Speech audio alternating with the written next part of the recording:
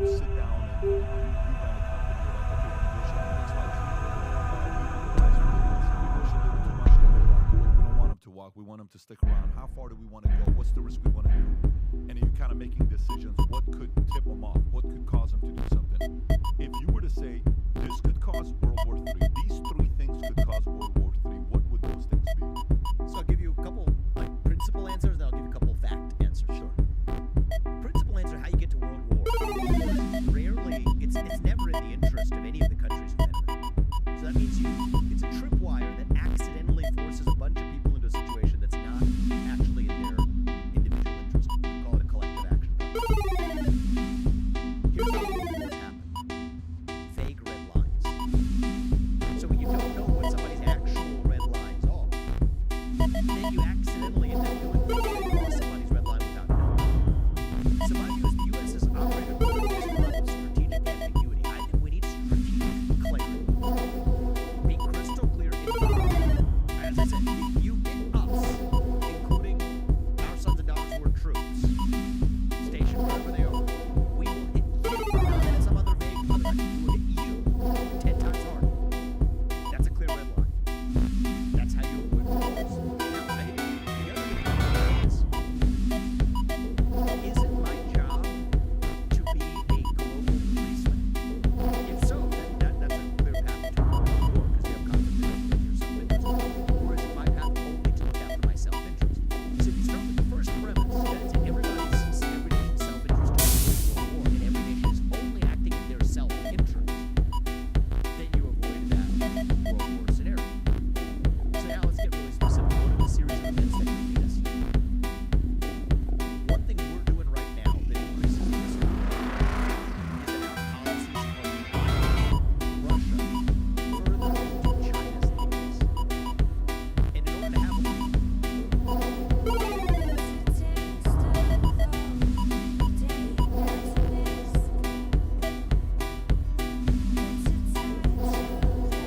really going to be stronger than each other.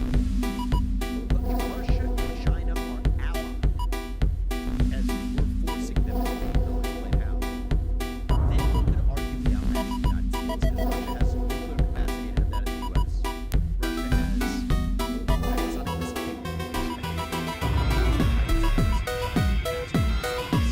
hypersonic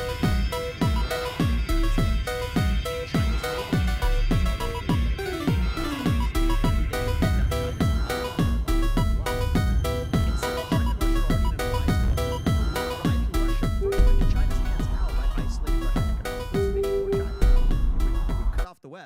they need to actually depend on China economically.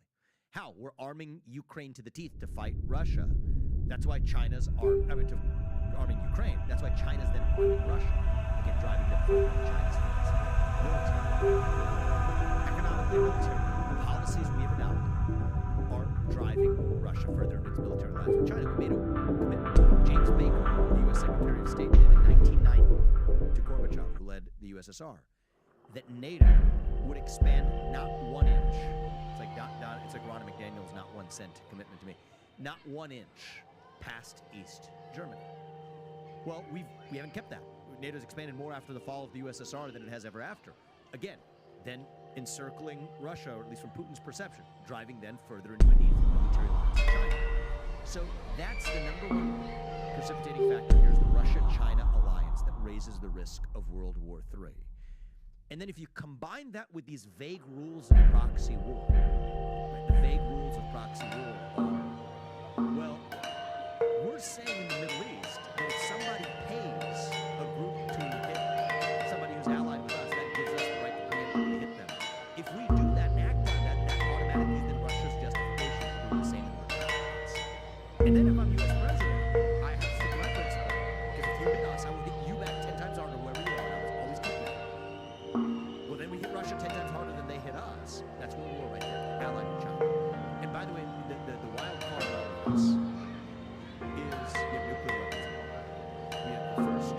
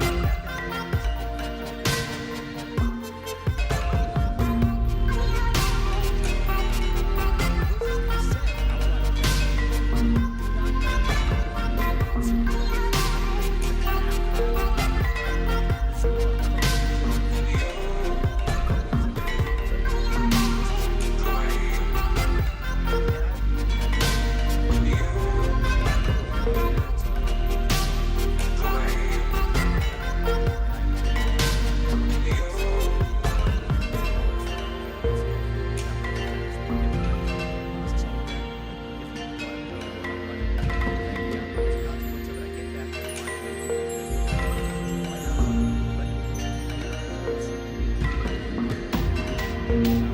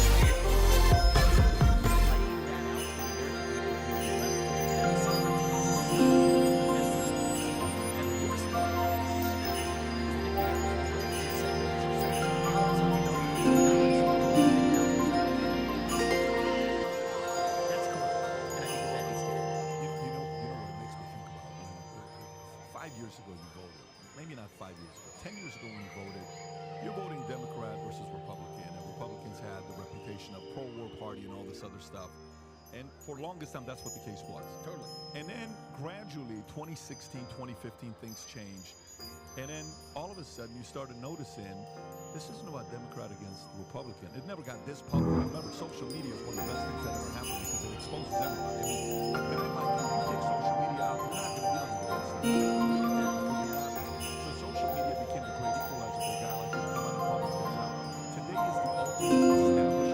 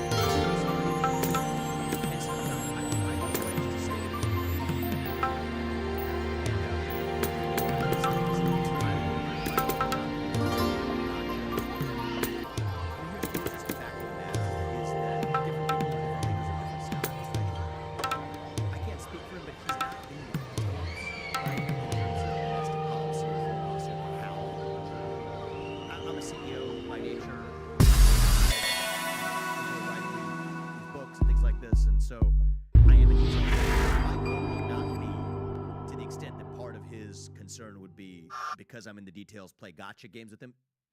That wouldn't be the point. The point would be to actually have a conversation that advances true discourse in the country. A bipartisan establishment that's, by and large, equally corrupt. And I think he gets that, and I respect him for that. But I think that, if he's running to be president, and this man wants to, and I don't think he thinks or anyone thinks he's going to, I don't think he believes he's in this to win. I think he believes in this to move the conversation. But if he's running for president, you want to sit across the table from Xi Jinping, and you're an advocate for free speech. I've got it's been networks that have repeatedly been pounding both those. Every time time I say yes, and every time it's oh, he didn't really do it. And I think that that's a little bit unbecoming of him because this is a guy. I love the fact that he's fearless. Go all the way with being fearless. That's what I would say. And so maybe he will. And so I'll give him room for that. But that's all I would say is the one disappointment. What do you think? He's a good dude.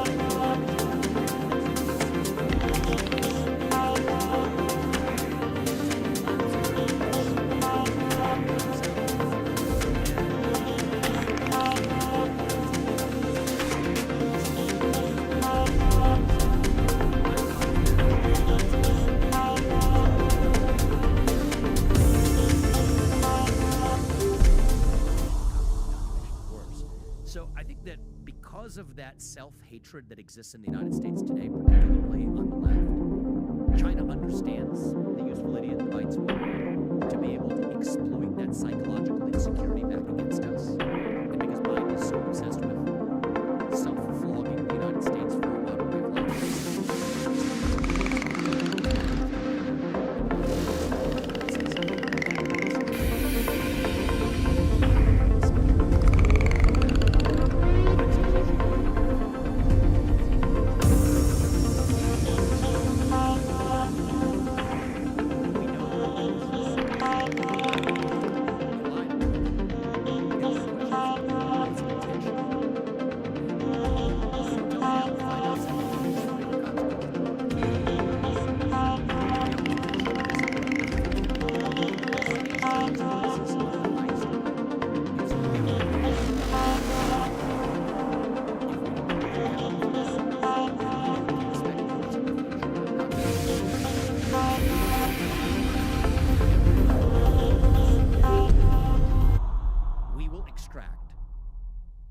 Appropriately due reparation for the COVID-19 pandemic. Oh, by the way, you're not playing by the same set rules. We're going to be kicking you out of the WTO. And any sort of relation from a trade perspective with the U.S., unless you're playing by the same set rules, no IP, no data, no technology transfers from American companies, no turning our companies.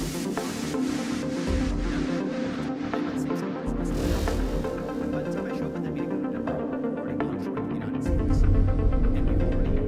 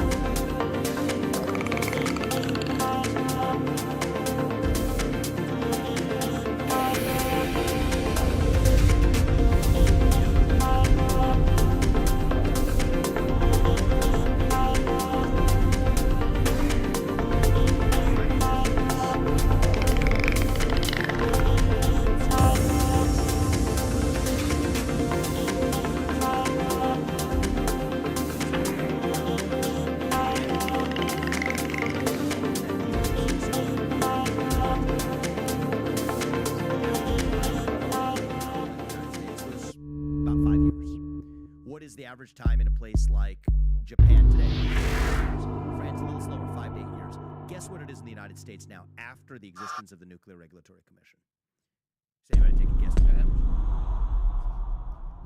25 to 40 years. 25 to 40 years, which is a functional way of saying, which is basically a way of saying just for the environmental clearances, which is the first step of the process. So basically, they've said that, hey, we can ban the creation of nuclear energy in the United States.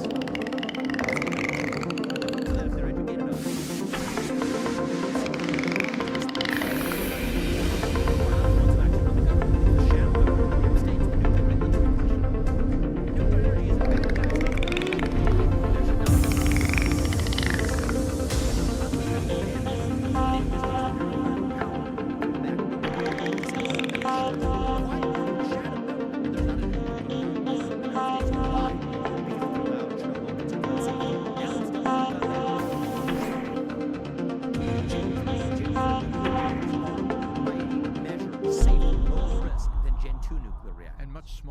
smaller and more efficient and productive. Because of this policy, we're not building the new, safer versions of nuclear reactors, so the only ones that are actually operating in the United States are Gen 2 or earlier. That has a Gen 4 nuclear reactor, I'll let you guys guess.